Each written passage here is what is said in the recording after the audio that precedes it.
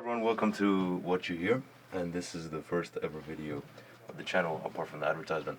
So, today's main objective is to show the most basics of sound, mainly aiming at the PEQ, compression, gates, panning, high-pass filters, low-pass filters, and all of those goodies.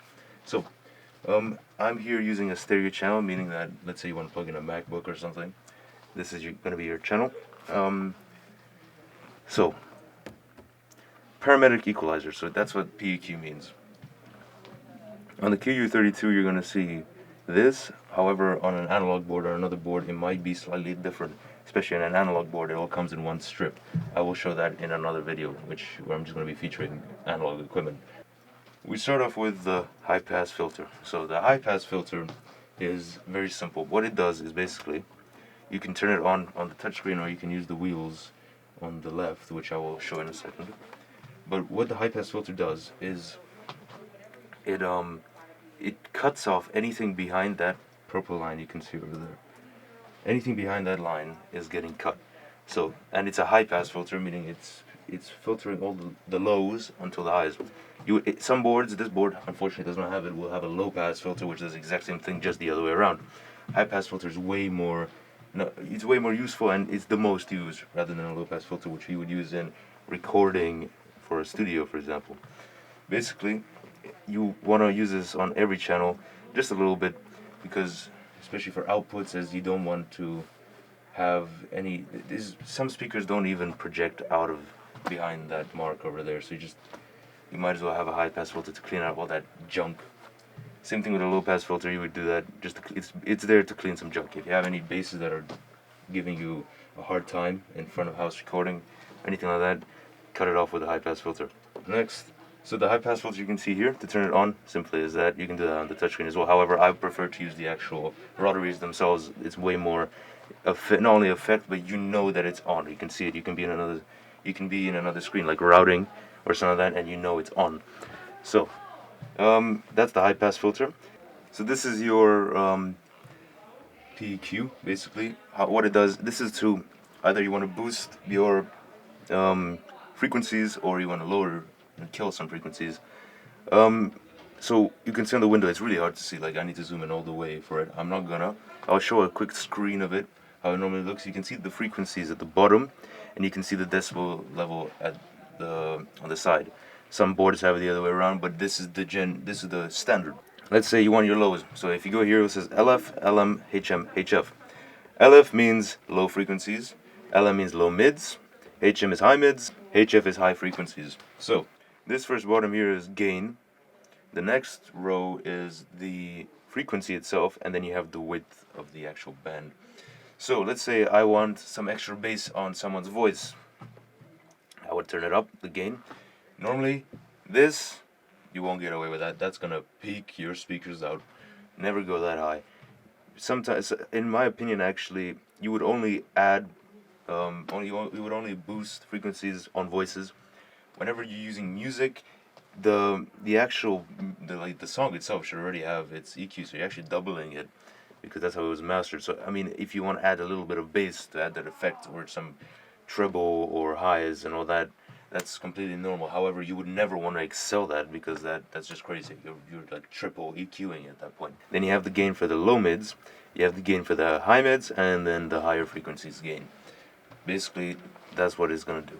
Now, if we reset that, we have, this is called flat, by the way. Now the higher mids and the lower mids, same thing goes by. Normally these are the places where you're gonna kind of extend your width just to get like a harder space of anything. However, you would also use that vice versa if you want to cut it all off from the bottom. It takes time, however, as soon as you sit on your board and just kind of mess around with it, that's the best way, honestly. You will just hear it, and after practice makes perfect, you're going to find out, you're going to have that perfect pitch where you can see, oh, that is the 15 Ks that I need to cut or add. That is parametric equalizing. So the next is the main screen of the Qu-32 board. You got your gain. So first of all, you can change it to USB. So what I did there is I changed it to USB. This means that the USB-B cable coming in from your main computer or software, whatever you're using, it's switched to that channel. That will be talked in another routing video. Now, the gain is here. You can see it moving. It's also on this screen. However, again, I would rather use the hands-on rotary. This is used for its preamp gain, meaning when the sound comes in, especially for microphones, when the sound comes in, it's extremely low because it's only the vibrations that you're picking up. So you want to have some preamp.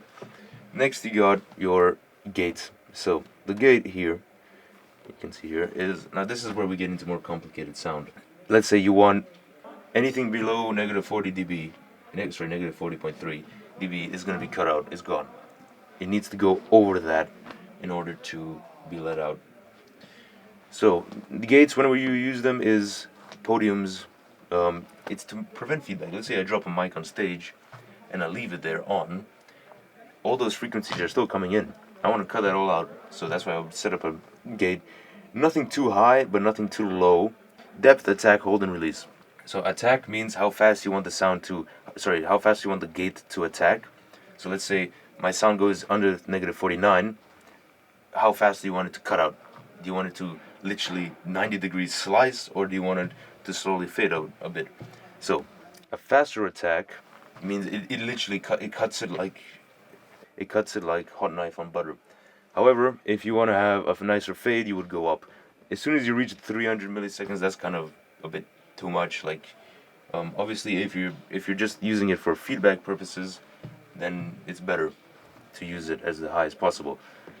Hold means how long you want it to hold once it hits. So let's say it hits 49, underneath 49 dB. How long do you want it to hold there before it starts going up again? So it's kind of the fade up instead of the fade down. It's the opposite of the attack. Again, this I would never put it on too low because you hear that, especially when you have your attack low and your hold low. You hear that. That thing, it's very noticeable. You will hear it's because every sound has a little bit of interference, even just a little bit, like air in the room. You're gonna hear that, and once the attack and hold come to play, you will hear that it's literally like a slicing effect, like I said earlier. Next up, you got the release. Now, release is how fast you want it to just release the sound from the gate. Hold doesn't really fade it up, but it does affect the fading back. So release is the actual slope that fades back. Hold is just what holds it, but it obviously has part into the release. And that is your gate. Any questions, again, commenting. Alright, so next you have the compression. Now this is the hardest part of it. In my opinion, this took me ages to learn when I started.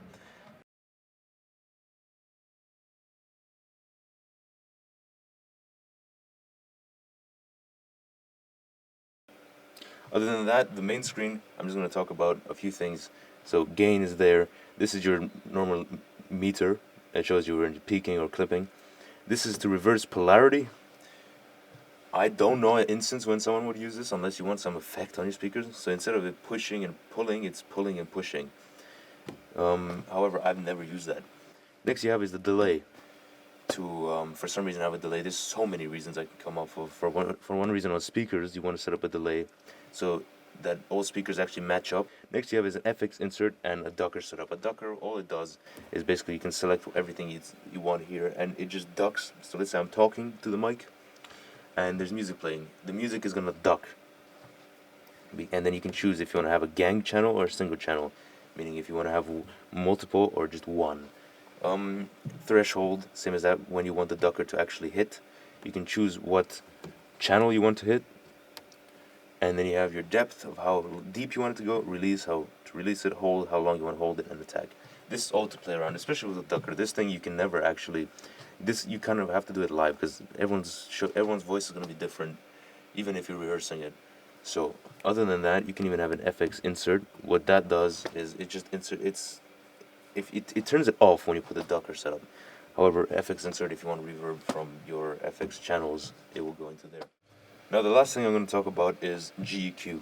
So let me go to an output. I'll go for my mix. Let's go for mix 9 and 10. That's the booth monitor. So where I am right now, the monitor is left and right. That's what it's controlling. Basically, I will go into that mode, and then I have my parametric equalizer. I do not use parametric equalizers for outputs because I just don't find it necessary to block out a band of things when you can literally go to a GEQ. You press this button here, fader flip, and now your board has become a graphic equalizer, meaning you have your frequency bands written right here, and then this you can cut out certain frequencies, and to put them back up you just press cell, which is select. This is from my booth monitors. Obviously, as you can see, I have the really highs muted because I can actually turn one on, because the booth monitors, I just want to cut out that weird noise that they give out. It's almost like an interfering noise. If that happens, this is one of the troubleshooting ways to get rid of it. Other than that, here's the delay. That delay is set perfectly so I can hear the stuff outside at the exact same time I can hear things inside here. But that is a fader flip, and you can kind of play around with that. You would normally, I will show how to do it. It's called ringing out the mains, where you actually put all the mics on stage, you put the master all the way up, it's going to feedback, and then you can cut out certain frequencies so it does not feedback in the real show. And because it's an output, it won't actually affect your inputs. It won't sound as dull as, let's say, if I drop the bass completely. Let's say this is one of my microphones and I drop the bass like that, the mic is going to sound like it's in a little tunnel or a box. It's going to sound terrible. It's going to be like an aquarium or something. And if you do that on a GEQ, you will obviously hear it, but it won't be as noticeable because it's the output, it's not the input. And you can always kind of mess around with it however you want to equal it out. But that is your fader flip. Thank you for watching this video, and I'll see you in the second one. Enjoy.